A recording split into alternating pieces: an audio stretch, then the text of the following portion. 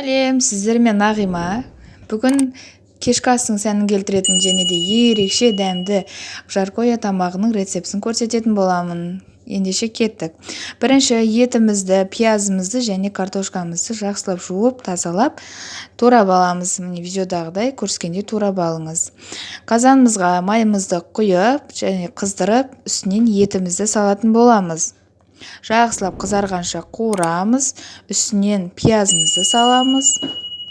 Жақсылап қуырып араластырып, үстінен туралған, тазартылған картошкамызды салып, біраз қуыратын боламыз. Көп қозғаудың қажеті жоқ, картошка езіліп кетуі мүмкін.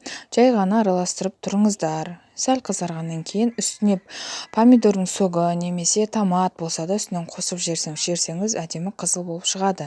Және де дәмін келтіру үшін лавровый салыңыз. Суды көп мөлшерде құймаңыз, езіліп кетеді. Жай ғана бір кесе құйсаңыз жеткілікті. Сонымен біздің тамағымыз дайын. Сізге ұнаған болса тіркеліп, қоңыраушаны басып, лайк басуды ұмытпаңыз.